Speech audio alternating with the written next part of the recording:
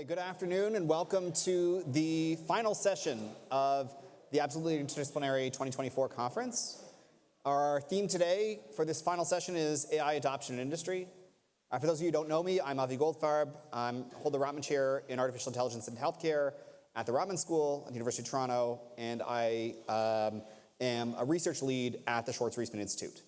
I'm delighted to be moderating this session and to introduce our two panelists. So first, Christina McElhern is an assistant professor of strategic management here at the University of Toronto, affiliated with a number of research organizations. I'm going to start reading them out loud. I'm not going to read them all. Okay. I'll focus on the Schwartz Reisman Institute, obviously, the Stanford Digital Economy Lab, and the MIT Initiative on the Digital Economy.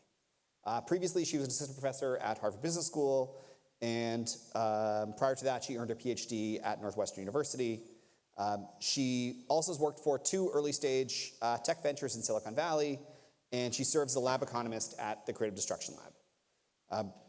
Her work focuses on the link between digital technology, firm performance, and the context that enable firms to thrive in the digital age. Her work has been published in a number of top journals, including Management Science, American Economic Review, and the Communications of the ACM.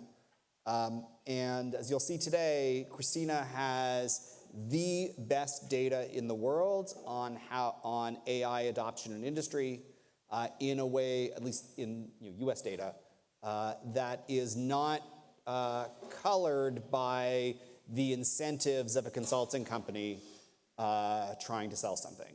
And that's going to be a real, that objectivity is very valuable, and you'll see that is going to be different from some of the other data we've seen presented elsewhere. Okay. Our second panelist is Christy Prada. Christy is CEO of Future Fertility, a Toronto-based AI company focused on closing critical information gaps in the fertility journey. She leads the Future Fertility team in its mission to empower fertility doctors, specialists, and patients with advanced AI-driven insights globally. Conflict of interest disclosure here, I am on the scientific advisory board of this company. The company really focuses on this mission of empowering doctors, specialists, and patients through AI-driven insights, and has a track record of guiding high-performing teams across a wide range of fields, including creating new models for commercial growth at startups. She's previously a VP of business development at the virtual care provider Maple, and which you were its third employee, and she's also an investor in the Women's Equity Lab, which supports early-stage women-led ventures. So this particular session is focused on AI adoption in industry. And the first part is Christina's going to give you some overview of the data on what's actually happening out there in the world. Okay. And in addition, there'll be some new hot off the press information on the impact that seems to be having on companies' productivity and bottom line. So after that, we're going to hear from Christy, who is going to communicate. She runs an AI company, a startup, that is selling into a number of medium and small businesses that have now adopted her technology and are using AI. And so what I'm hoping you think through as you listen to Christina and then Christy is to try to understand what are the challenges that Christina seems to be highlighting in adoption in the first place, and then how are we seeing, in this particular case, example of Future Fertility, many of those barriers being overcome. With that, we'll hear from Christina first, then Christy. Christina, the floor is yours.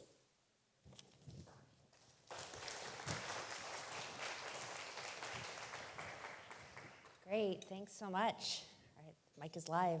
Well, first of all, I'm just very excited to be here, and thank you, Avi, and everyone involved for inviting me to share this work that I've been invested in for quite some time, and I have a lot of new and exciting things to share. So just excited to be here, excited to hear what Christy has to say and your questions when we get there.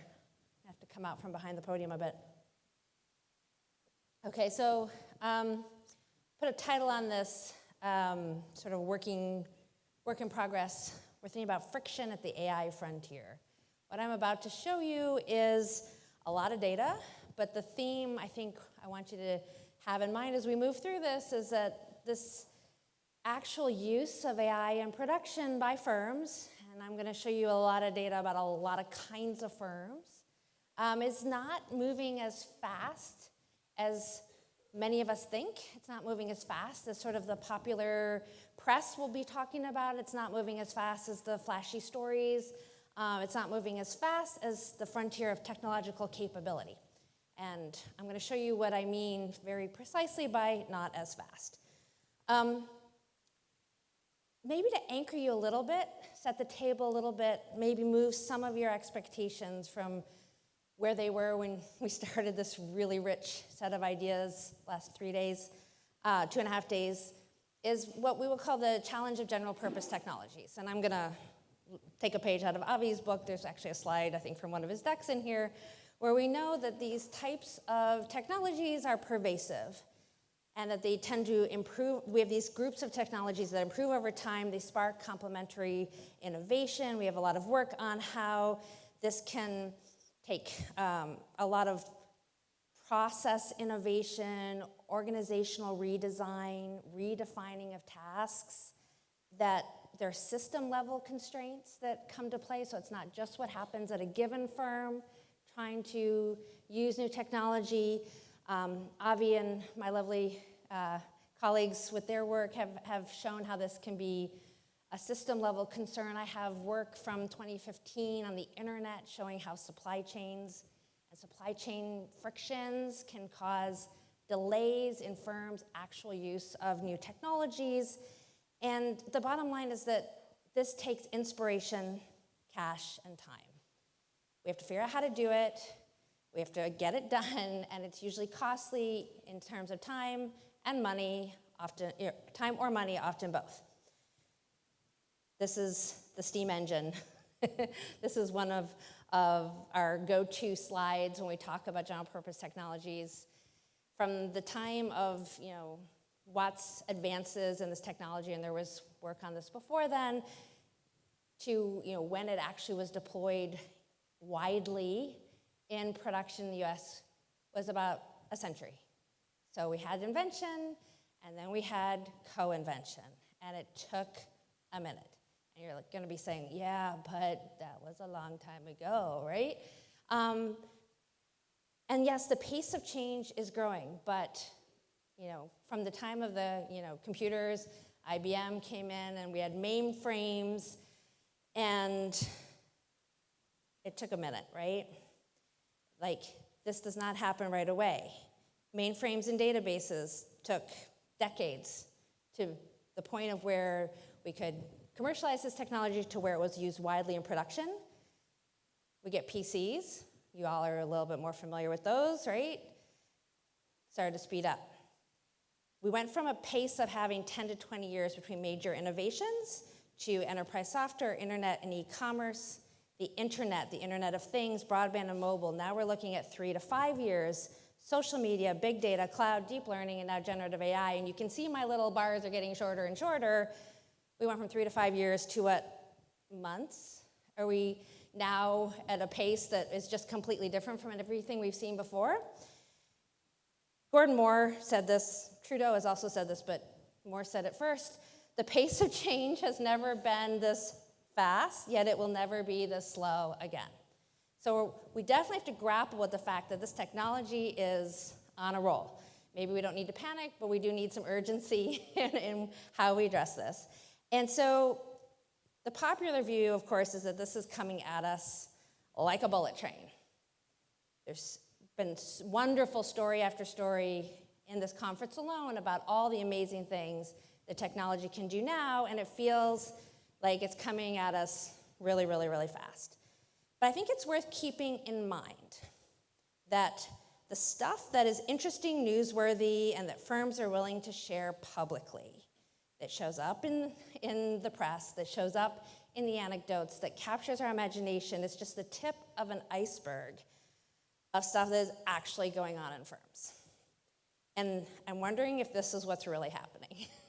That firms are grappling with uncertainty, they're running experiments, They're trying to figure this out, but if you don't run your experiment just so, or don't take your time, things can get pretty tough. We saw this with the internet.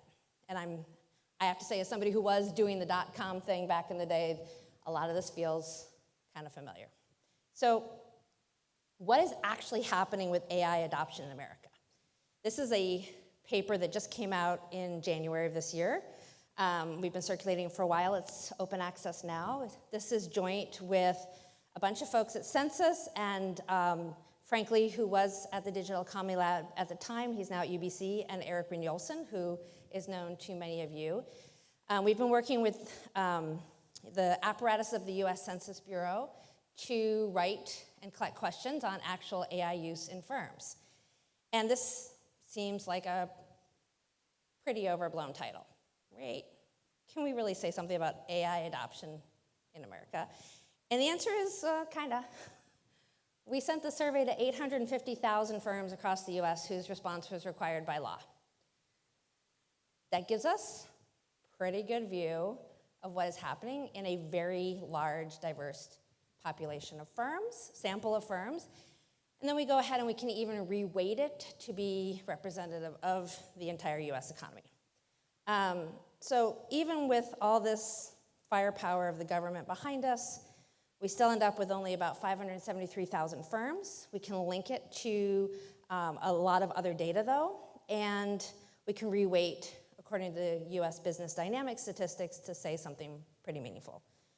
We custom designed this technology module to ask questions about digitization, cloud computing, a range of advanced business technologies, including a number of AI technologies, and we also, within a very large sample of startups, 75,000, can say a lot about the owner characteristics, the motivation for starting the firm, their innovation strategies, their business financing, et cetera, et cetera, et cetera. I can't show you all that today. I will refer you to the paper and I'll show you some highlights. What we're doing here in terms of AI-related technologies is looking at automated guided vehicles, machine learning, machine vision, natural language processing, and voice recognition software. The punchline is that as of 2017, the average adoption was pretty low. So only a very small percentage of respondents were using any of these technologies in production. Now keep in mind, this is not about AI innovation. This is not about commercialization. This is actual use in production. We actually tested the questions with survey respondents so they would understand that we wanted to know about how this is going into the production function of firms. And this often gives people pause. It may be giving many of you pause. I'm going to show you why this is not a bad number or a wrong number or a biased number, because this number starts to show up again and again and again. But before I move into that, I'm just going to flag that even though the average use was only around 6%, when we weight by size, it's 18. So start getting in your head, this is a very skewed distribution. Large firms are much more likely to adopt. So this is the adoption by size. And the average use, even though it's only 6% sort of across the whole population, it's 62.5% among the largest firms. So the majority of the largest firms are doing something productive with AI. And you're like, oh, but this is 2017. Surely something has happened since 2017. And I'm wondering if the AI train has been looking a little bit more like a slow locomotive here, because this is a recent, very recent survey done. I was not on the survey. This is a list of lovely folks at the US Census Bureau from April. So this was out at the end of 2023 and the beginning of 2024 about the use of AI in the Business Transit Outlook survey. And again, over the last 6 months, they report the average use of various applications of AI is not looking like it moved a whole lot. It is definitely more if you weight it again, and it's definitely more forward-looking. So if we take like the largest number there, we go from 6% over the last 6 months, 33% weighted by employment, but 60% expect more use in the next 6 months. Now, a few things to take from this. The response rate to the survey was lower. So we went from a 70% response rate to 16. And so we might be having less representativeness in the data. But employment weighting continues to matter. Anticipated adoption dwarves reported adoption. And if you dig into the paper, and I do encourage you to do so, there's some questions around how are they using it. A large fraction of users report that they are substituting for worker tasks. They are using AI to do some of the tasks that humans have historically done. And yet very few indicate that they reduce employment due to AI use. And I wanted to flag that in light of some of the other statistics we heard this morning, some of the conversations around how much anxiety there is around the future of work. I teach a module to my students on AI and the future of work, and the baseline we start with is pretty much panic, pretty much raging anxiety, and then we go through what we know, what we've seen in the past, and it becomes a little bit more modulated. And I'm going to reveal my biases here. I think panic is not going to serve, and we should be urgent but not panicky about how we address this. And so this is a leading indicator that while the use is picking up, it doesn't look like it's leading immediately to the erasure of jobs. There has been some change in employment in my data, and I will show you that given time towards the end here. I'm going to go back to the survey I was involved in, because I know that best, and just show you some of the heterogeneity, and then I'm going to show you the hot off the presses stuff. So because we surveyed the whole country, we can say something about the industrial breakdown.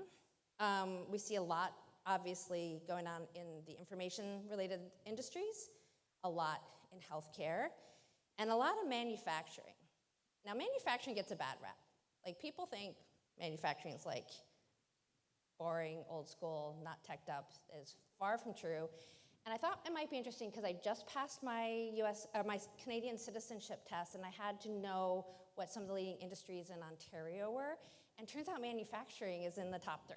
So I passed, and maybe you didn't know that. I did miss one, but I don't know which one. So I also highlighted that because the next set of statistics I'm going to show you are coming out of the manufacturing sector. If we want to be forward-looking, I think there's actually a lot of value in looking at the recent past, but if we want to be forward-looking, a useful place to look for AI use is not in the firms that were born analog in the digital age, but the digital natives, like the up-and-coming startups that have they have less technical debt to deal with, they have more opportunity to start with AI in what they're doing. So we look into the startups. These are firms that were 5 years or younger, and we can see a lot about their education, their early VC funding, and how these characteristics correlate with AI use. So this is showing like each incremental probability of using AI by these characteristics. And so the thing that I think is very interesting from a GPT perspective is this little cluster of probability here. The startups that have been doing product and process innovation are much more likely to be using AI in production. And so this is really much in line with all of these historical stories, all the research around the fact that you cannot just plop a piece of technology in a firm and hope everything works well, that there's going to be all this complicated shifting of technology and tasks and new products and ways to leverage it. And even in the startups, we're seeing this innovation and AI use coming together. I think this is where we're going to see faster growing, newer firms doing the innovation that is required to really leverage this new technology. We see a lot of geographic concentration.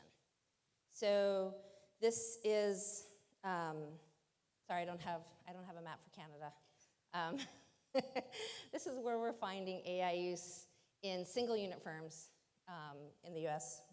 It's harder to do for multi-unit firms for a variety of reasons. And we have a lot of the obvious suspects. So the yellow dots are where there's much more prevalence of AI use in the firms in that area. And of course, Silicon Valley and Northern California, it's no surprise, a lot is going on in Southern California, but I will draw your attention to some of these rather large dots all over. What we're seeing there are not the firms that are inventing AI, they're not patenting AI, they're not commercializing AI. They may not even be advertising for workers with AI skills. So we've seen measures of AI use around invention and papers and conferences and patents and skill demand. This is use, and we're seeing a lot of use in a lot of places that don't look like those places. And so we're gonna have to be very aware that we need to look for use in not the usual places.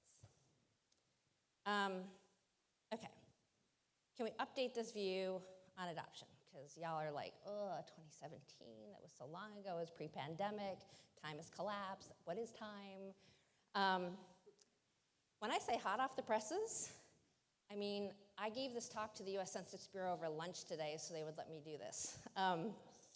So here's my newly disclosed tables on what we've discovered from a more recent data collection.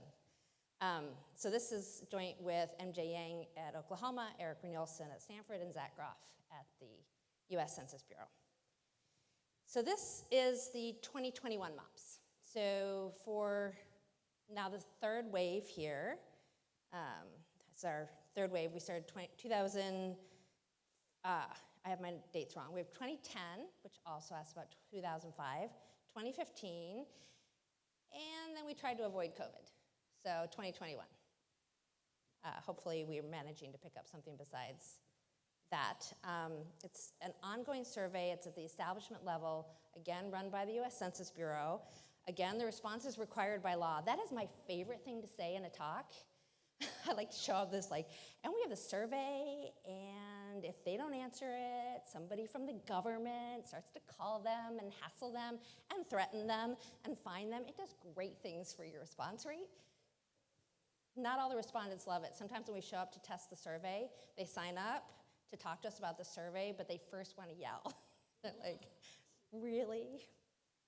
Anyway, that's more for a beer afterwards.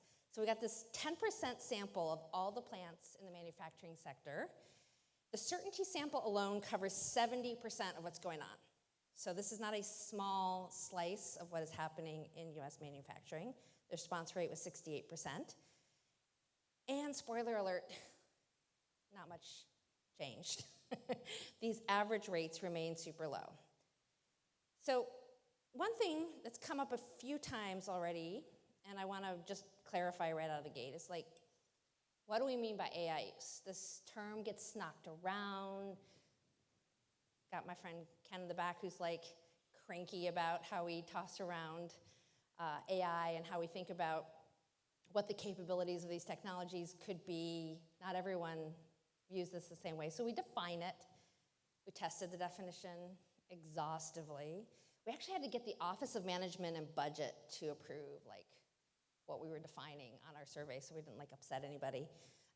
So here it's the machine-based system that can perceive and learn about its environment and then make relevant predictions, recommendations, or decisions for an objective that is determined by humans.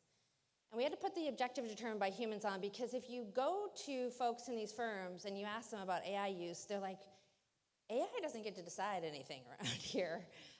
We're going to use it as a tool, but it's not calling the shots. Now, there's a lot of ways, as we know, as we've seen, that AI can go into the production function. And we wanted to pick up the possibility that it was coming in through embodied physical machinery or in through software that people were using. So we asked both about specific applications, that's at the bottom, like machine vision, speech recognition, predictive maintenance, AI-enabled robots, and automated guided vehicles. You might think, well, there could be more options, and I agree, but they said, pick your favorite 5, because that's all the space you get.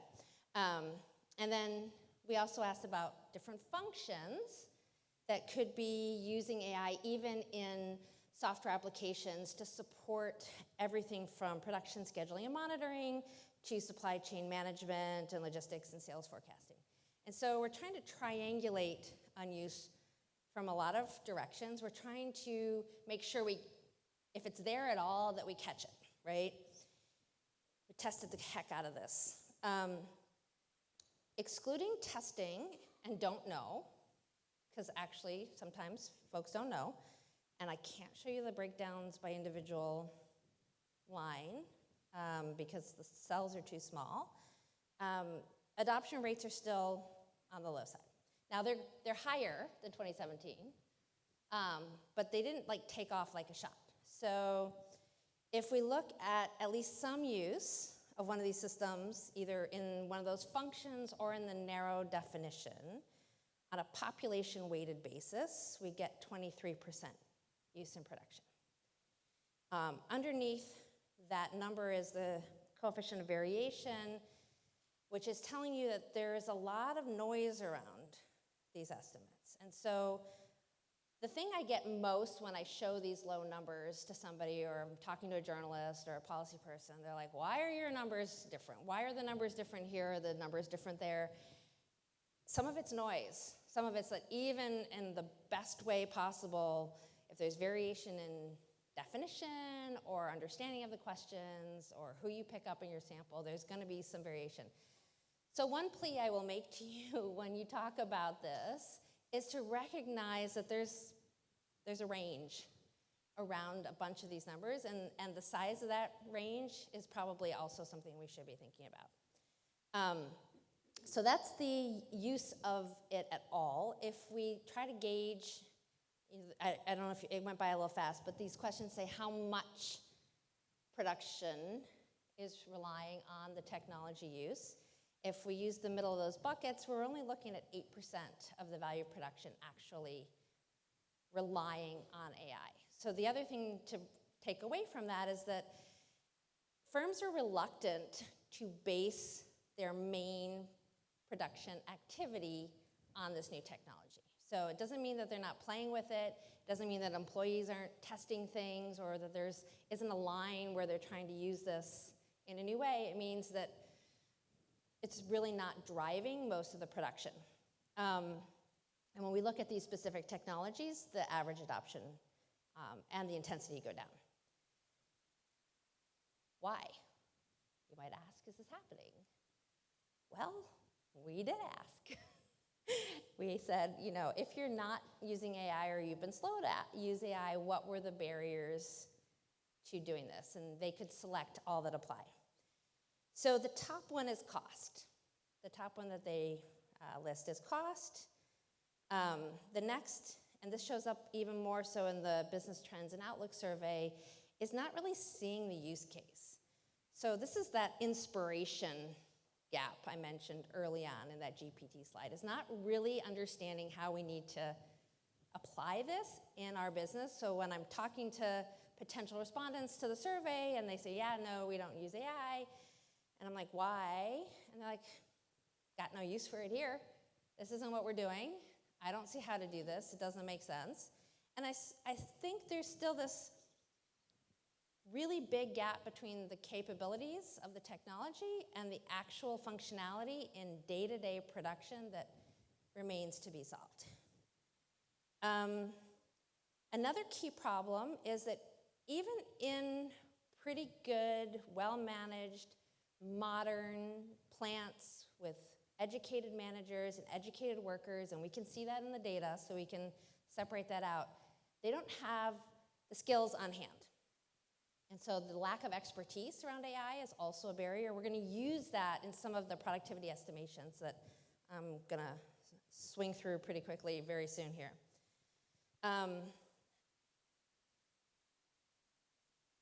What is driving the use that we do see? So I've been studying tech for a little bit, came out of Silicon Valley because I wanted to understand what the internet had done. Turns out we're still figuring out what the internet had done. In fact, our friend Chris Foreman and I just had a paper published last week on the impact of the internet. So there's still fertile ground to figure out what internet did. When we think about AI in firms, this is not happening happening in a technological vacuum. They do other stuff. They have to digitize, they've got data. I've got some work with Eric on data-driven decision-making that turns out to be a big deal. And we see that here in the use of descriptive analytics. So one of the questions on the survey is how much are you using just summary statistics, time trends, dashboards? And this is a big deal. Now, it turns out that it may actually be substituting for AI use. So when we look at the firms that are using a lot of descriptive analytics, they're less likely to be using AI. When I get to the productivity statistics, it turns out that that's actually really a good choice for a lot of plans. So we need to remember that when we ask about AI, firms are doing other things too, and those things can be enabling or slowing down what they're doing with AI. Now, if they're doing more predictive analytics, that is more likely to help them with the AI adoption. And the thing that sort of anticipates where I'm going with what's the impact here, if we look at the productivity of the firm 2 years prior, or productivity of the plant 2 years prior, the less productive firms, or the more productive firms are less likely to adopt AI. And so we have to start asking ourselves questions about what is going on here. Are they struggling and therefore they're turning to AI, or have they been struggling to get AI to work for them for a while and it was causing problems for their performance? And I think that is a lot of what's going on. So this is a regression where we put labor productivity on the left-hand side, and if you just want to ignore the data and just put AI next to labor productivity, you can find a positive relationship between AI use and labor productivity. It doesn't stand up to much, though. When we start thinking about descriptive analytics and predictive analytics, you can see how much of that productivity correlation starts to load onto basic description and older approaches to prediction. And if we control for size, it disappears entirely. And when we add capital controls in, it turns negative. And when we put this into an IV, instrumental variables regression, and I don't have time to get into all the machinery, but this is our best attempt to show a causal relationship between AI use and total factor productivity, it is a big old robust negative number. So what does that mean? Is AI use destroying value in the economy? That's not our interpretation. We think that this is very consistent with this co-invention and this adoption, taking some time and taking some cash and causing some adjustment challenges. And the evidence for that, as far as we can show you today, is that first of all, the firms that are adopting are increasing their work in process inventory. Why is that important? Well, when you're trying to keep your old process going and put a new process in, and you're worried about stability, you're worried about meeting your customer demands, you're worried about meeting your shipping objectives, one of the key things firms do in the face of uncertainty and trouble coordinating things is they increase buffers. This is something I used to teach at Harvard Business School when I was teaching operations. More buffers in the system is a great way to deal with balancing problems and uncertainty. If firms were facing that, we would expect more inventories, and that is what we see. They're also adopting robots. So AI use is highly associated with both the use of robots and the purchasing of robots. So if we think this is correlated or integral, in fact, with physical automation, this is what we would expect to find, which is what we find. And then the one that's a little bit scarier is that we also see reductions in employment. So firms are changing the way they produce things to try to manage this process, but in the short term, we're not seeing any productivity gains. All right, so I just showed you that we lose some employment, and we had some conversation earlier today about what happens to the humans I can't tell you in this data, but I can tell you in different data. So another recent publication I had in 2023 with Erling Barth, James Davis, and Richard Freeman, where we hooked up the employee match data across the US with a large survey of capitalized software expenditure. So we had about 161 million individual level observations matched up to firms. We were able to say something about what happens to the humans in firms that digitize. Now, this isn't AI, but it is a really good, careful assessment of what happens to workers in these firms. And it's a mix of good news and bad news. So the bad news is that the oldest workers in these firms suffer. You can see that, so this is the returns to software by age group with varying layers of fixed effects coming in. That this is not great for workers towards the end of their careers, which is what we'd expect if reskilling were needed. And the returns to reskilling towards the end of the career were not really there. But I think the positive story is that the mid-career workers are actually seeing the returns to digitization. So the firms are sharing some of these gains with workers. What does that mean for AI use? I can't say for sure that what happens with big digitization, in the past decade or so is going to be the same.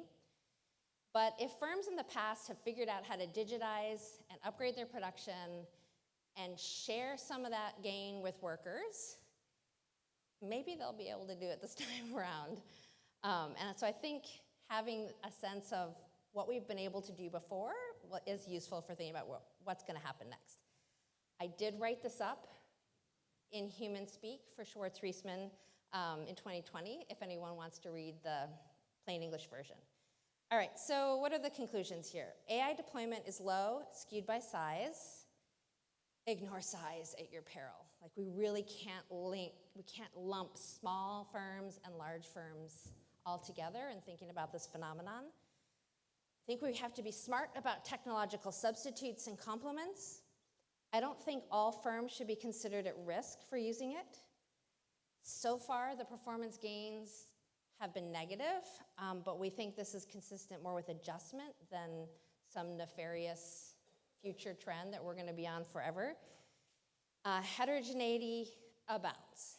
I actually think if there's one takeaway from this is that the message is not in the averages, but in the variance. The heterogeneity in who can do this, who faces challenges, what those performance implications are. I think we're just going to see more spread, not less, and we have to take the worker concerns very seriously.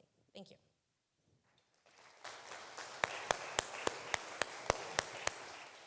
Hello. I'm going to say the opposite of everything you said. Just kidding. A lot of interesting trends that you brought up that I think are really applicable, and I can talk about them for my company and what we do. So we're Future Fertility. I'm the CEO of the business. I started there about 2 years ago.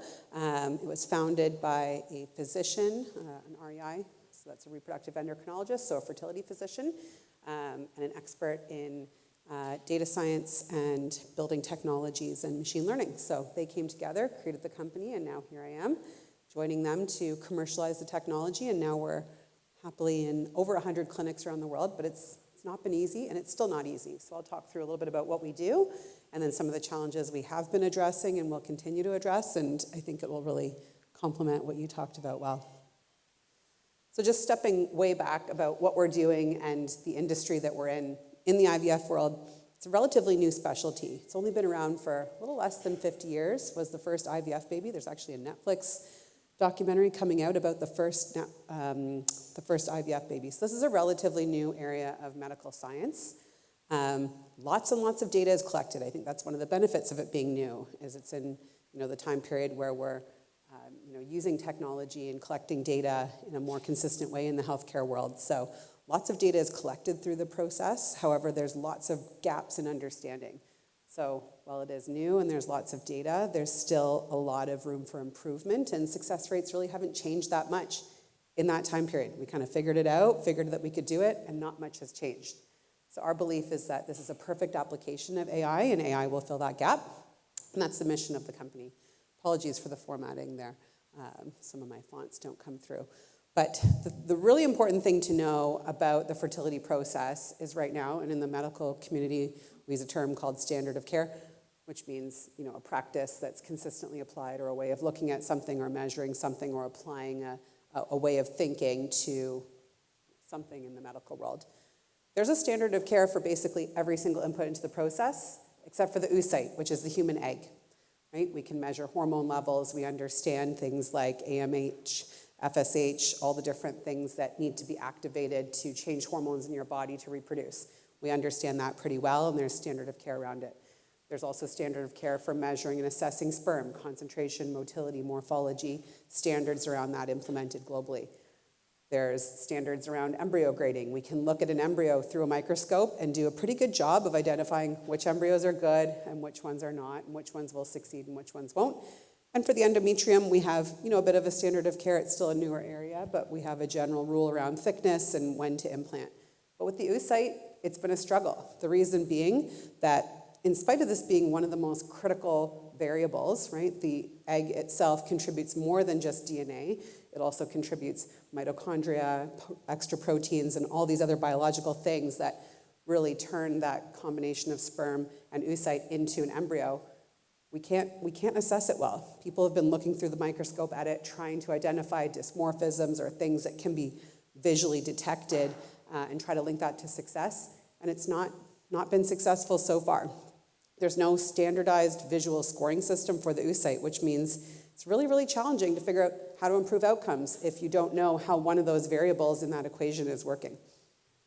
Here's just an example here. Looking at these two, they look relatively the same. I'm not an embryologist. I'm sure none of you are either, but even trained embryologists cannot tell the difference. The one on the left formed a healthy embryo, the one on the right did not. We've done multiple tests with embryologists all over the world, shown them hundreds of images of eggs and tried to see if they had an ability to predict which ones would be successful and which ones wouldn't. Spoiler alert, they can't. Not only can they not, they inconsistently predict. So they'll show the same image multiple times, and they'll predict something different every single time, right? Reason being, it's hard to really tell the difference. You don't really know what you're looking at. It's a pretty difficult structure to really unpack there. So this is a perfect application for AI, or so thought our co-founders, and we continue to believe that as well, because you can analyze down to the pixel level. The fact that you could recognize patterns across vast quantities of data that are very difficult for our brains to unpack and put together, not only things that you can see, but relationships between the different structures in the egg and how they correlate to outcomes, and then generating predictions based on what the model has learned. So perfect application, and happy to share that we've had success in developing the world's first AI-powered oocyte quality reports that's taken in images of the oocyte and their reproductive outcomes. So we have over 150,000 images of eggs and their reproductive outcomes in our model. That's the biggest data set there is globally. You may say, that's not that much data. Well, there is a lot of data in this space. There's not a lot of widely available data that can be brought together and really trained in this way. So this data set was built up based on relationships with dozens of clinics all over the world, where we obtained their data set, built it into our model, tested it and evaluated it, and made sure that it was not only functioning on that data set, but generalizable across different clinics. So happy to share that not only the model works, but we also have reports that are in commercial use right now all over the world. It's a Toronto-based innovation, which is very exciting, puts Toronto on the map as it pertains to fertility innovation around the world. And the fertility world is a very small world. There's only about 6,000 clinics globally. It's very fast growing, but I think we do benefit a little bit from it being a smaller medical community, right? You go to these global conferences and everybody knows everybody. Everybody's hearing about all the innovation and things that are happening in this space. And I think that smaller ecosystem makes it really ripe for innovation, but then also implementing innovation, because people see and hear what others are doing. They want to try something out. Everyone's kind of on the same page that we need to be innovating to advance the practice and are interested in trying and testing new things. Very easy to spread the word about something like this. So actually starting in a smaller ecosystem has been really beneficial for us, and I think has been one of the key factors to us actually implementing an AI technology in a real way in clinical practice. Our two pieces of technology that we have, so it's one underlying AI, and then we have two clinical use cases that sit on top of it. Violet is for egg freezing patients, and magenta is for patients going through the IVF process. So kind of quick high-level view of what that means. If you're going through the egg freezing process, right now, you go in, you get your eggs retrieved after a variety of stimulation and uncomfortable needles and your ovaries swelling up. You go in, get the eggs extracted. First thing you're going to ask when you come out of your surgery is, how did my eggs look? And until now, doctors say, well, we got 10, and you're 30, so here's what your odds of success might be, right? Very generalized, based on population health statistics. No way to give that patient any indication of, did your eggs look good? Did they look not so good? So now our technology fills that gap by saying, not only did you get 10 and you're 30, but here's your likelihood of success based on your specific images as they compare to hundreds of thousands of others from around the world to give that patient a sense of what their likelihood of success is. This is really important because you want to make sure if you're going through the egg freezing process that you get enough eggs to give you the best possible likelihood of success when you come back to use them later. You don't want to come back 5 years later and find out, well, if only you'd gotten 3 more eggs or 10 more eggs, your odds of success could have been better. For magenta, it's used a little bit differently depending on the region you are in the world. There's very different practices region by region when it comes to IVF and what the standard of care is in that region. But the general view is, again, if you're going through a process of IVF, on average, about 2/3 of cycles fail. So that means you're very likely to have a failed cycle. And if you have a failed cycle, it's really difficult to know what to do differently next time if you can't even understand the quality of one of those inputs. So a lot of doctors are using this to say, okay, you had a failed cycle. Let's look and see if there was something about your eggs. Was it the eggs? Was it the sperm? Was it the hormone protocol? What can we do differently? What can we adapt to try to create success next time? There's also regions in the world where you can only create so many embryos, or you can only culture so many of them. So there's an interesting use case there to say, let's actually use this to optimize the selection of eggs for that process and choose which ones. Certainly some interesting changing dynamics in the US too that mean we could be maybe very helpful there in the unfortunate situation where we've had some political issues down there with respect to creation and destruction of embryos. So a lot of interesting use cases for how this technology can come to light. These are the first 2 we've focused on. And while our tools fill a really critical information gap for all stakeholders, which I talked a little bit about the patient, I talked a bit about the clinician and being able to solve problems, the embryologist being able to have a consistent way of talking about the eggs with the doctor and having that objective view, we feel a real problem. We fill a real gap for each of those stakeholders, but it's still not been easy. In spite of the fact that we're doing something that can't be done right now without AI, it's still not an easy road. And I'll talk a little bit about some of those pieces that we faced. I've identified, I think, 7 main challenges. There's many, many more, but I'm going to focus on these and what we've done to tackle them, and there's still a long way to go. But first, being credibility with a scientific and a clinical audience. Of course, when you're rolling out a new technology like this in the medical field, it can't just be, oh, the algorithm works. You need to prove not only that it works on that core test and validation data set, but that it works in new clinical settings, that it works for different clinical use cases, and that it works on new patient populations to ensure it can be generalizable across the world. So that's an important one that's a challenge in many cases. While there is a lot of data available, it's hard to get that data. There's rules around how you can interact and use that data in your system versus taking it off-site. So we've had to be really creative and work hard at finding partners that are willing to do this with us, and I'll talk a bit more about that in a minute. I think the fact that there's a lack of standard of care, I talked about how that creates an opportunity, but it also creates a challenge. It took us 3 years to get our first manuscript published because what are we comparing to, right? Our AI has an AUC of 0.69. Well, what is that better than? Better than nothing, right? Which is what exists now, but very, very hard to get a peer-reviewed article published when they're like, okay, but what are you improving upon here? So it took a lot of work and creativity and a lot of different kicks at the can to be able to, put forward something not only that's peer-reviewed to address the first part, but also to get people used to and thinking about even using this in practice, right? If there's no standard of care, it means doctors and embryologists are used to just practicing without this information. So you have to think about how to get them on board with it, how to get them to start to factor information like this into their decision-making, and I'll talk a little bit about how we're doing that. Interpretability and explainability of the model, Very early days, people would ask us, like, okay, what are you looking at in the oocyte? And our answer is, I don't know. Put the images in, we get the result. That's all. So we've had to do some work to really try to dig in and at least add some explainability. I'm a believer that with something like this, you won't be able to explain all of it because there's parts that the AI is looking at down at the pixel level that our brains can't comprehend or process that type of information. But we have done work to try to identify or at least create some explainability and tying that to things that we know, different existing morphology of the egg and how do the different sizes of the trophectoderm versus other parts of it measure up in terms of relative magnitude. So things like that to try to at least bring some explainability to say, here's what the AI is looking at, helps to build credibility. And then clinic mindshare for implementation and ongoing use. This is a challenge, and it continues to be one. There's a lot of interest in this industry in using AI. It's also an industry that's fast growing, which means a lot of these clinics are over capacity. Labs are really busy. They're turning away patients at the door, or they have long wait lists, which means they're very interested in doing it. But being able to get mind share to not only bring it on board, but actually learn to use it and integrate it into practice is a huge challenge. There's a big gap from I'm interested in using it to I'm actually using it, as you aptly pointed out in your talk.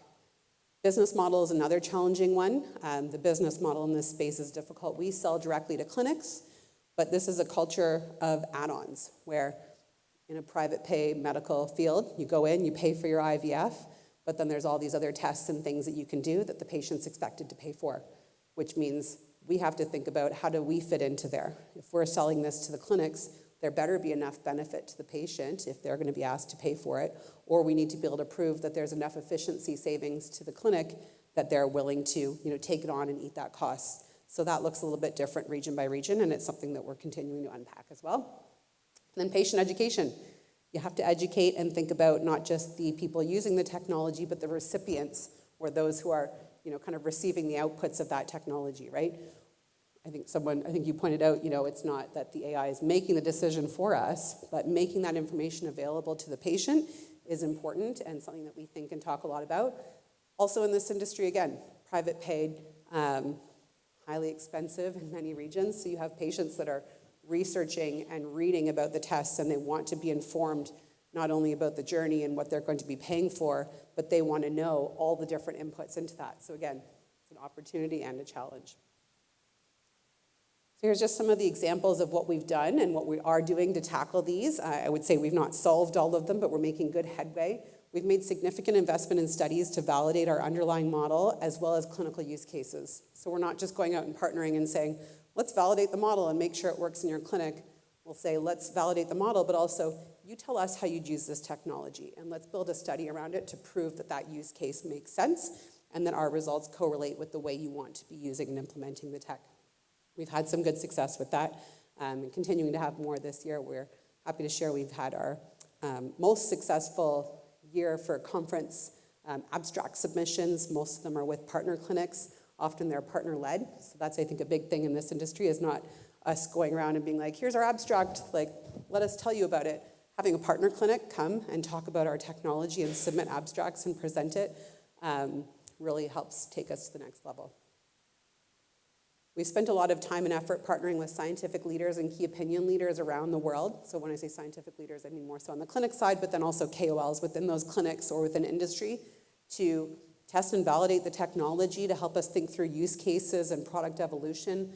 And we try to publicize that because, again, it's a small industry, so we try to take advantage of that. We can get a lot of leverage of a small bit of marketing to talk about these things and go to the right conferences and have the right folks talking about using our tech. It gets us a really long way in this industry, so it is a really nice benefit. We've spent a lot of time and effort thinking about the right materials and tools to help clinics understand how to use reports in practice. What we are finding is any clinic we pitch to and talk about this, they see it's a gap, they know it's a gap, they're super interested in using it. Often we'll have some that sign up and sign the contract, and then usage is zero. Because we hadn't done the work to really think about how do you fit it into their workflow, how do you fit it into their day-to-day practice.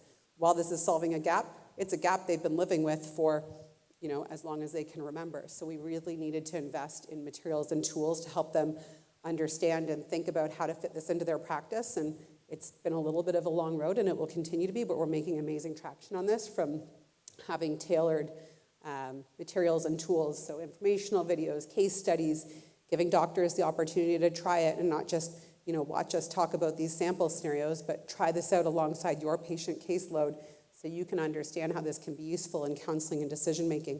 So it's a lot of hand-holding and a lot of test and learns, but we're really coming a long way in figuring out that secret sauce of how do we get a clinic from implementation to actually using it in their day-to-day practice, and we're having some really great success with that. Workflow is really, really critical, and again, something that Christina touched on, making sure that it's not a burden to use it. It sounds simple and obvious, but something that probably a lot of us aren't always thinking about when you have these new technologies. So we've integrated with all pieces of lab equipment so that the lab doesn't have to do any extra steps. We are making headway with integrating with EMRs where possible, so the reports can show up in the physician's workflow instead of them having to log in elsewhere. The little things like that will make a big difference in the long run in terms of it actually being used, because it may sound like, oh, it's only one extra button to click here, or one extra step, or one extra minute. If it's one extra minute per cycle, that can be a lot of minutes in a day, a lot of minutes in a year, and it means that even if it's the best invention in the world, nobody's going to use it. So we've put a lot of time and effort into thinking about how we can integrate in workflow, and we're continuing to invest in how do we make it easier and easier and easier, how do we reduce clicks, how do we have more seamless handoffs between stakeholders in the clinics that we're working in. I talked a little bit about explainability. So hot off the press, our latest manuscript is actually now published, so it's available today. I'm happy to share the link after. Available in Scientific Reports that talks about masking, which is a new approach we've used to apply masks to the oocyte to try to better understand and demonstrate what parts of the oocyte are more correlated with success. Are there different relationships between the sizes of those structures? Certainly that explains part of it, but not all of it, but it does bring that element of explainability to it. And I think it continues to showcase that our work is credible, right? We have peer-reviewed content out there where people are looking at and validating that the way our model was built makes sense and is driving to real outcomes. And then we've invested in resources to make sure, again, that stakeholders are supported every step of the way. So not just getting the clinicians buy-in to try it, but making sure we're doing different things to onboard and implement for the lab, for clinician, adding new features, having ongoing channels of feedback with the clinics we're working with. Our products will, again, only be as good as the use cases they're designed for. So having close relationships with the clinics we work with and having good feedback loops on what's working, what's not, what do you want to see in a next iteration of the report, what do you want to see further from a product standpoint, what else can we be developing to help fill your gaps and your problems. So having those feedback loops is key, and that's what we put in place as we're working with them, because then we can help them with implementation, but also gather really useful feedback to inform our product design. Engaging partner clinics, and I started to talk about it a little. We have a really ambitious goal of building out all these different products and solutions. We want to touch every single part of that clinical decision-making process. The only way to do that is by having good relationships with these clinics and labs and really working to understand what their needs are and taking more of a co-develop, test and learn type approach. So we have 2 products right now that we're coming out with this summer. One that's tying oocyte images to chromosomal abnormalities in the embryo, and we'll be piloting that with a couple clinics. Another one is around endometrial receptivity, and we're piloting that with another clinic. Both of these are very early, hardly can even call them products, beta stage. We said, let's get to a good enough level of insight on a page, get it out to clinicians, and understand how they'll use that, and then use that to inform the next iteration in a proper product. So I think that's really going to help us actually get even stronger and more quick adoption with these new products compared to before when we had an idea and had to kind of get it out there, see what worked, and iterate from there. Now we're doing it, I think, in a more agile process that I think will help us. So here's just a quick view. Again, as I shared, it's not been easy, but we are having some good success. We have over 100 clinics around the world, live in over 20 countries and growing. We have a lot of great partnerships with some local clinics here that are really reputable. We have partnerships with all of the major clinic networks. That's a big trend in this industry, is these large players like EVRMA and Eugene that are just constantly acquiring more clinics and building this global network. That's really helped us in terms of credibility and scalability as well. But as I mentioned, even though we're doing well, we're still very, very early days. 100 clinics is great, and we're really proud of that, but there's 6,000 in the industry, so we have a long way to go. Adoption is still hard, and we're working on it. We're making advancements, but it's going to take time. We've seen other innovations in this space take a couple of years at a minimum before it's even starting to be prevalent in clinical practice, so we're trying to find the balance of how do we grow quick enough while also having the patience and the capital runway to accommodate that timeline of clinical adoption. Patients are key to the process and a driver of decision-making, particularly in this industry. It's a patient-paid industry, which means that oftentimes doctors will do things because the patient asked for it. So I think there's some opportunity there in engaging the patient and getting them to come out and ask for it, but that's hard to do. It's if anyone's worked in digital marketing trying to get to the end consumer, it's difficult, right, and costly. So trying to think about doing that in an efficient and effective way. We're still working on that and learning. And then regional nuances make it difficult. So on the one hand, you can benefit from trying something different in different countries, and what really works in one place might not work elsewhere. That's both a blessing and a curse. So that's all I had for today. Lots of exciting things and lots more to tackle still.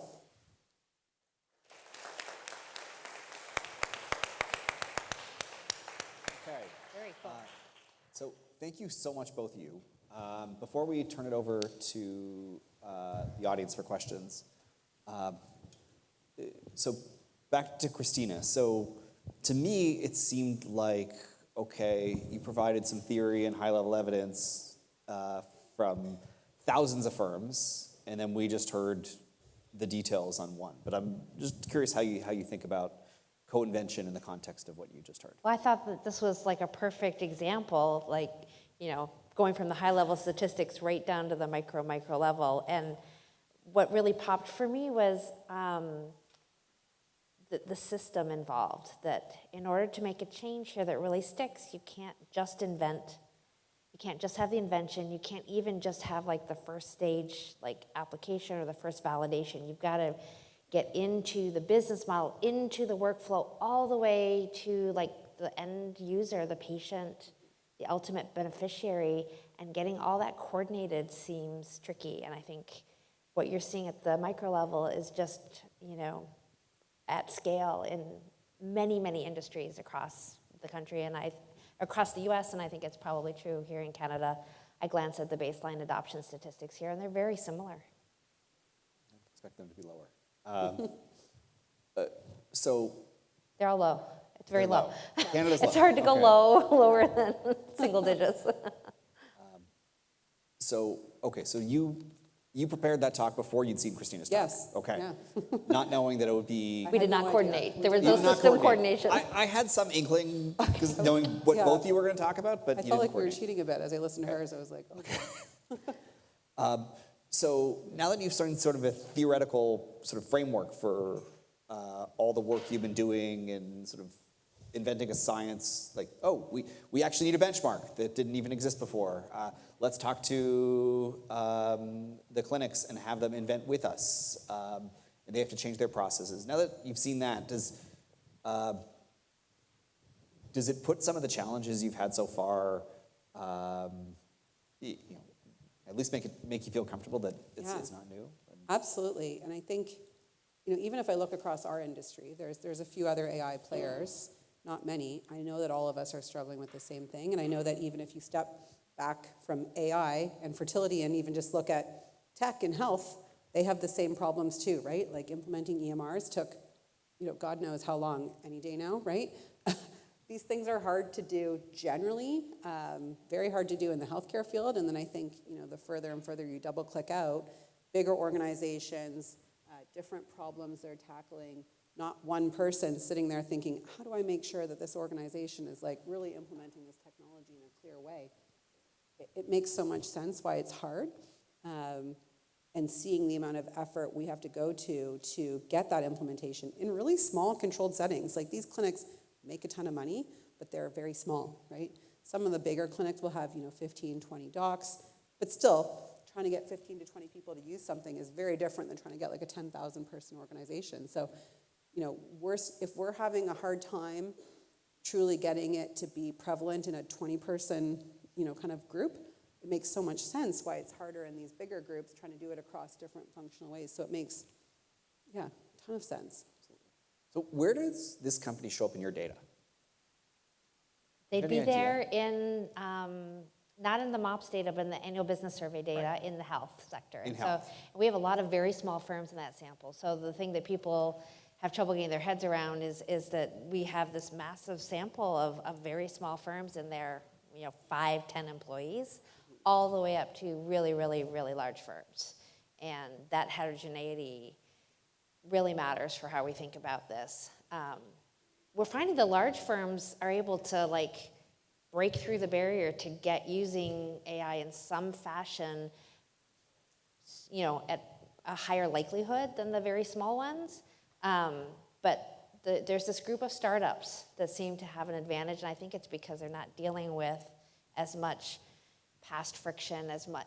I wonder if you're seeing newer clinics maybe being Absolutely. better, faster at adoption because they're not dealing with old routines, workflows, habits, mindsets, practices. For sure. I think the newer ones, certainly are more keen to embrace it quickly. But I'll say also, I've been surprised and impressed at some of them that are older. But they're just, I think because it's a newer industry, right? You can't fully compare. There's a clinic in Argentina that's just had their 40th anniversary. And in the last 3 years, they decided, we're going to apply AI to every part of the decision-making process. So they were the first client of ours that decided, we're going to put this technology on every single egg freezing and every single IVF case. So they're doing a SaaS business model, which is great for us. I love that. But then also, we're getting new insights on what types of efficiencies can you gain by putting this tech on every single cycle. So it's really interesting. So, and they're an older clinic. So I'd say yes, but there are some that have, the innovation and kind of visionary leadership and commitment to doing that and have made a statement about doing it. I think they're also a part of a bigger network and trying to make a name for themselves scientifically and clinically in the innovation kind of world in their space. But I would still say, yes, but. Yes, Because but. there are those that are outliers. There's variation. And it's nice to see that, just like you pointed out, manufacturing, right? Historically older, maybe slower to move, and you get some of these manufacturing companies that are doing it. So it's, Yeah, though the older ones, I didn't get to that slide, but the older ones are having bigger problems. Yeah. Great. I think we'll turn it over to the audience for some questions. I've got a bunch more, but I saw hands going up in the meantime. So we'll have one up here, and then Jillian, and then in the back. First of all, I think this was a great, absolutely terrific. Yeah, I think you guys should take the show on the road. No, but seriously, I mean, The Chris and Chris show. I remember back in the 90s when Eric Brynjolfsson was doing his original work, the whole concept of the productivity paradox became quite popularized. And I know you did, I think you co-authored a paper along these lines as well. Yeah. Yeah, Yeah. which was She's done a bunch of work. which is more of a popular, more Yeah. popular piece. But I'm serious. I mean, I think that this thinking is not as present in the general business media, and even his stuff even got into the popular press, and consultants were talking about it. And these has huge implications for employers, companies, for educators, the post-secondary system, and for government policymakers. And I think it's and you've got all these nuances now that are different from what he was doing then. So Well, he's on this stuff too, so. yeah, and he's he has part of some it. He's part of it. influence on it, yeah. Yeah, I know he's had a big part of it. I know that, and that other people as well. So, are you thinking about? My question is, are you thinking about doing something like that? Taking it on the road. I mean, isn't that what we do? Well, I'm going I to don't like mean 3 talks in the finding next some way to 3 get weeks. it out there, some way to get it out there and make Yeah, it more. I'm discussing this at the AI and Future of Work conference in Wharton in a couple weeks and at Columbia next week. And yeah, we're trying to get the word out. And now you have a case study that you can talk about. Yes, Yeah. perfect. Okay, thanks, David. Great, thanks. This is really enlightening and really enjoyed it.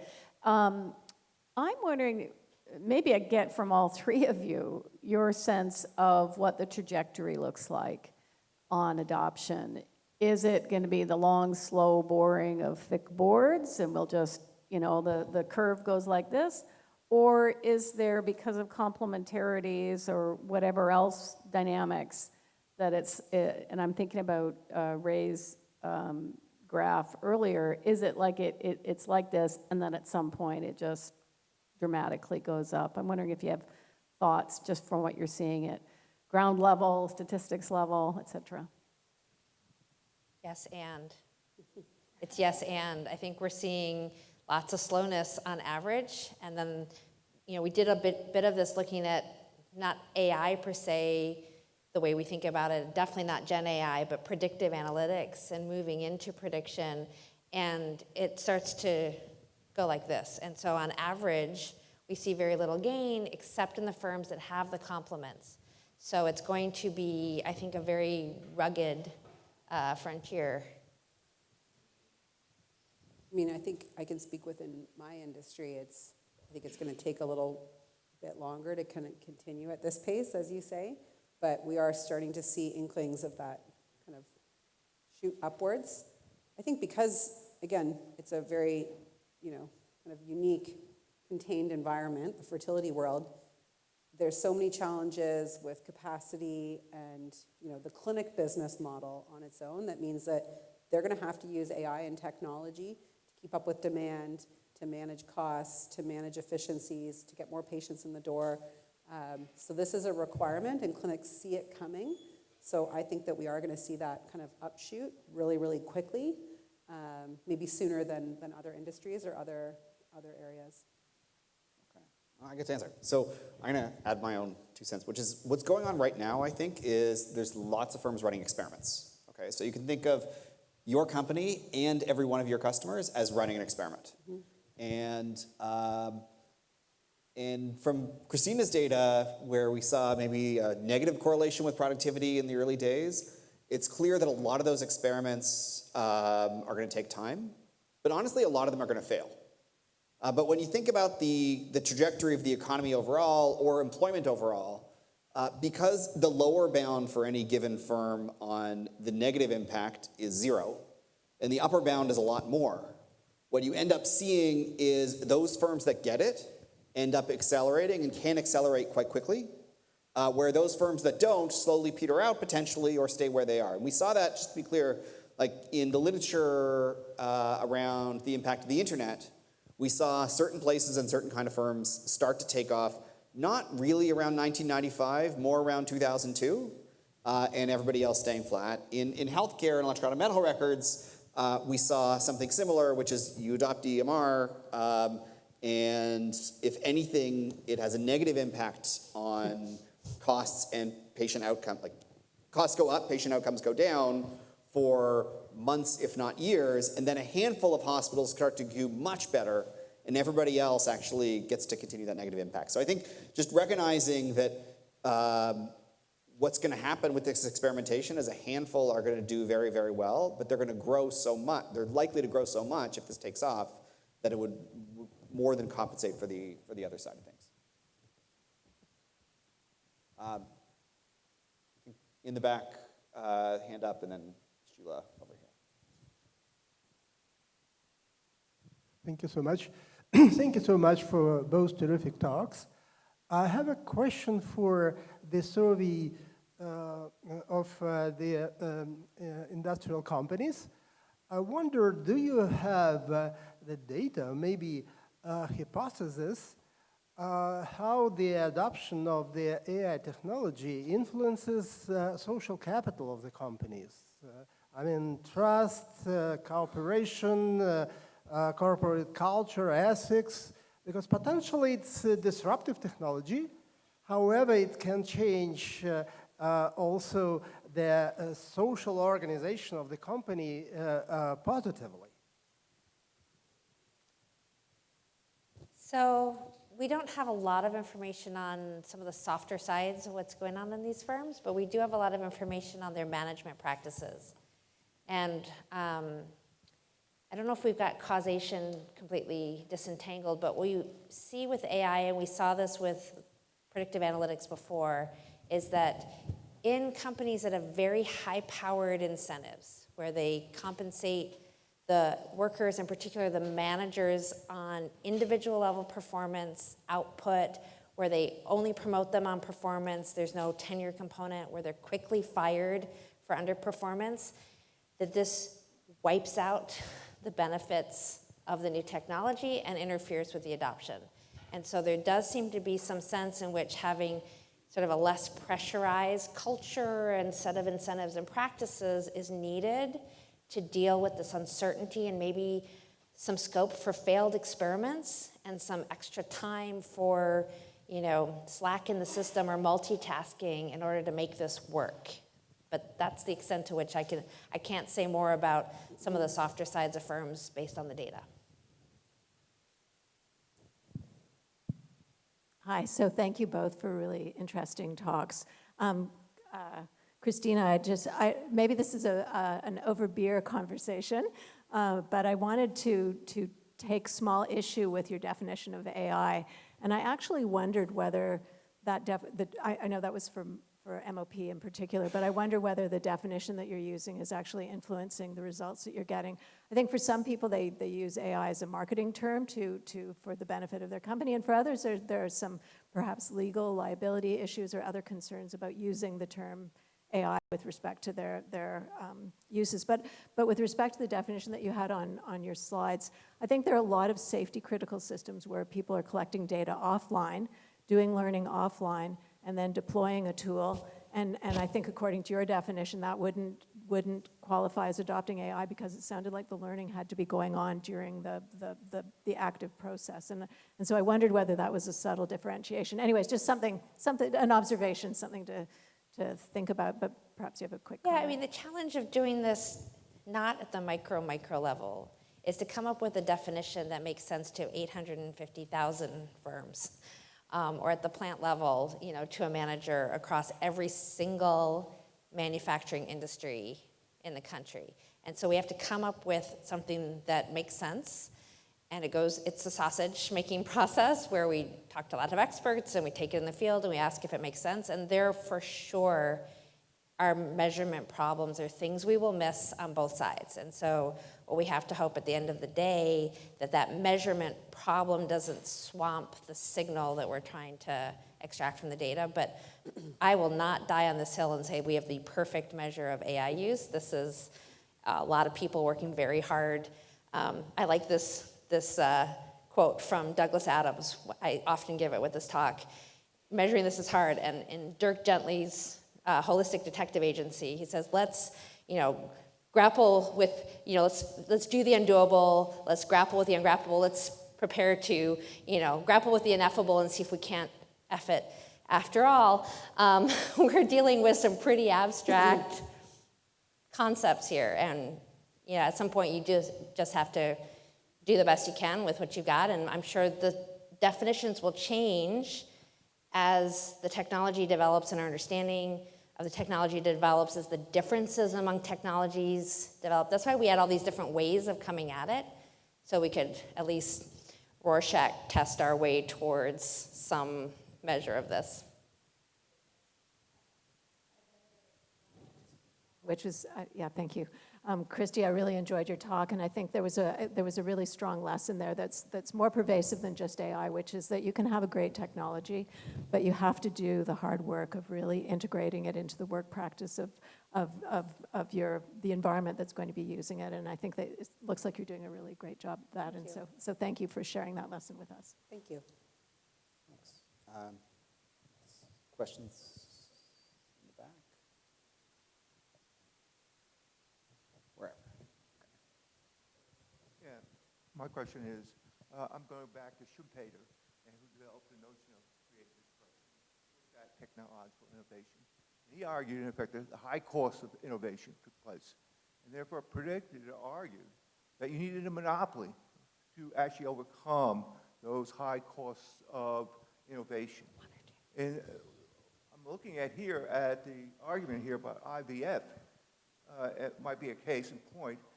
Do you have many competitors to you? Are you the only firm or one of a small number of firms that are involved in this IVF process, and therefore that you're able to charge or overcome the costs of innovation?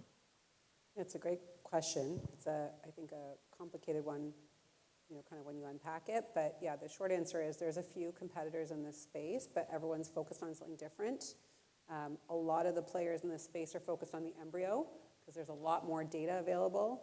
The oocyte is something that people just don't photograph as a part of general kind of process. So finding the data that we had was harder.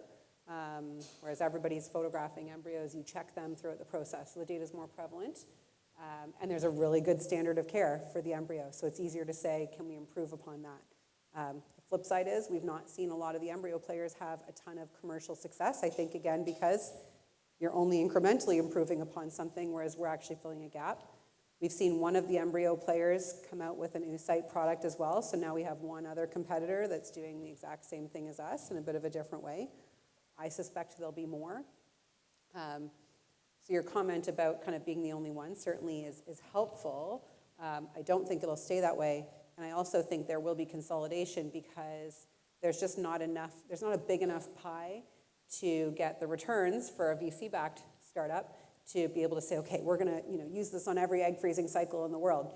You need to be able to have a business that kind of touches multiple parts of that to be able to monetize it in a way that gets you that scalability to be able to invest in and create and make the business model work. So your comment is well taken. I think certainly we're going to see a lot of consolidation in the next couple of years in this space because everybody's kind of struggling to get foothold. I think we're one of the few that are actually gaining traction because of some of the pieces I mentioned. It's not going to be easy. But yeah, certainly not having a ton of competition, it helps. Do you want to add anything? Oh, I was like Schumpeter 1 or Schumpeter 2, because Schumpeter has said it both ways, and we've seen evidence that the scrappy startups, the attacker's advantage, as our mutual advisor likes to call it. Shane Greenstein will talk about the advantage that small firms could theoretically have, but incumbents often have advantages, and it does get down to the devil in the details of a particular industry and its industry structure, and it's very hard to generalize. Yes, thank you for the great presentations. My question goes to the second presenter. I know infertility is a big problem, is an emerging problem in African countries, and you mentioned that you have deployed AI fertility tools in 100 clinics over 20 countries. Is Africa represented in this? And my second question is on your statement that one of the challenges is that you're getting problem with credibility with the scientific and clinical audience. Have you considered any acceptability studies in relation to the deployment of AI fertility tools? Thank you. Yeah, happy to answer. I didn't quite catch the second question. What was your second question? Sorry? I couldn't hear the end of your second question. The second question, you mentioned that one of the challenges is actually getting credibility with scientific and clinical audience. And I was wondering whether you have considered acceptability studies before deploying the AI tools. Right. Okay. Thank you. So first answer is no, we're not in any African countries yet. We've had some companies reach out that are interested in starting to pilot it. We've kind of tackled the global industry a bit specifically. Like we started in Europe because Europe is a global kind of COE around fertility research. It's the second largest fertility industry in the world. And Spain is actually the global center of excellence for fertility. So it was important that we started there with scientific partnerships to validate the technology and the use cases, and now we're starting to commercialize and scale it into other regions. So Africa is certainly one we're thinking about. We just haven't gone into there yet. And then in terms of kind of accepting it into clinics, what we've done a good job of is ensuring that every country we go into, we validate there first. So we're not just saying, okay, we'll take the data in Europe, that should be good enough for you. We will always find a local partner to make sure we're validating, at least in that region. Doesn't take a ton of data for us to validate, and now that we are integrated with the labs, we can take retrospective data and run a quick validation study and ensure the model performs just as well, and then we can identify what are the critical pieces for success. So I think we're doing a little bit of that you talked about, and then yes, every time we implement, we do have standards for how it should get implemented in the lab and in clinical practice to make sure it's used properly. And again, I think to your point, which is a good one, it helps with the credibility because it shows that we've thought about it and we've thought about what success looks like in a practical way. Okay, I think we've time for one more quick question. I'm not sure if there's a Got one up front here. microphone's been deployed. Do I just go? Okay. I want to apologize at the outset. I'm a bit of a goldfish, so if you covered this, I'm going to ask both of you a question. I apologize if you went over it already, but for Christina, I was just wondering, this is a quick question for you, but I was just wondering if you looked at the demographics of the companies looked at, specifically regarding age. So were companies with a much lower age, did they have a higher rate of adoption for AI? Just because I know that a friend of mine works in the government, and he's like the youngest person in his group at the government, but he's like all about AI. He's all in. So I was just wondering about that. And then for Christy, I was just wondering if you could speak more to the technology itself, like the data sets. Where are you getting that? What was the idea behind the implementation? And is there any thoughts about the cost of in vitro? Because I haven't looked into this myself, but I understand it is expensive. So I'm wondering if, as you scale up, will costs go down, et cetera, et cetera. So yeah, thank you. Great. You got about 60 seconds each. Age matters, but it's really confounded with size. So size matters more than age. But yes, younger tends to be better, but bigger is more important than younger. And bigger and older go together. Hard to beat. The data set comes from different clinics all around the world. There's some that are imaging these sites, so we've been able to partner with them and get them to be working with us. We've convinced many to start taking images, so it takes a long time to build up that data set. And then, when you think about kind of the cost piece, it is an ongoing prevalent trend in this industry. I think there's a lot of things, dynamics at play from an economic standpoint that are trying to drive down the cost and access and improve access to these services. So there's still a lot in flux. There's no simple, short answer to that. But yes, it's costly. It's not available to everyone. But I would say country by country, people are thinking about how to optimize, how to create more efficiencies and create that access for patients. And we do see ourselves as playing a role in that in the long run. It's just how do we kind of adapt our business model to make sure we're supporting that. Okay, and I can see there's more questions, but we are out of time. So I'm going to call up Jillian for concluding remarks. Thank you.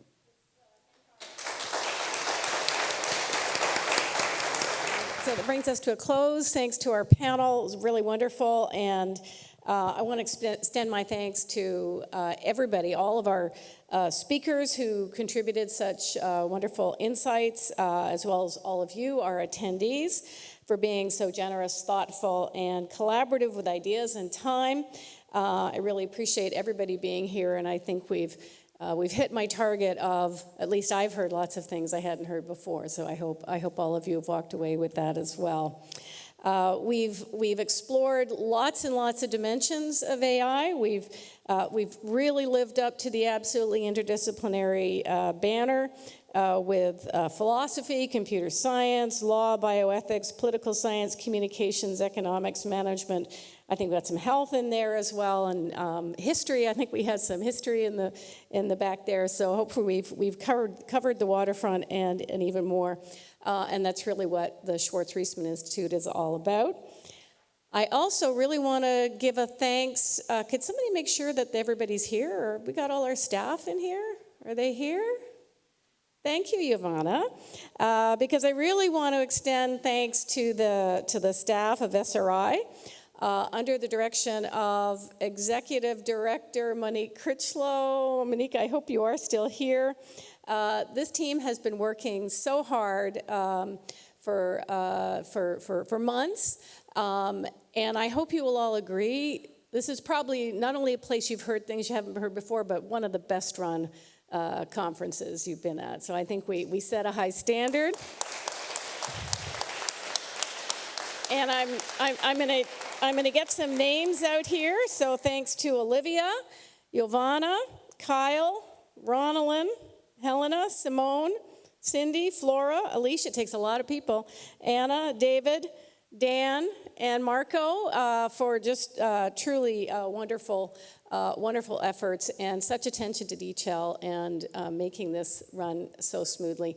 And thanks especially to Kelly Lyons, our director, for chairing and overseeing the conference. I think it's just been a fantastic addition and set a new standard for us going forward. So it's really wonderful. Thanks to everybody else.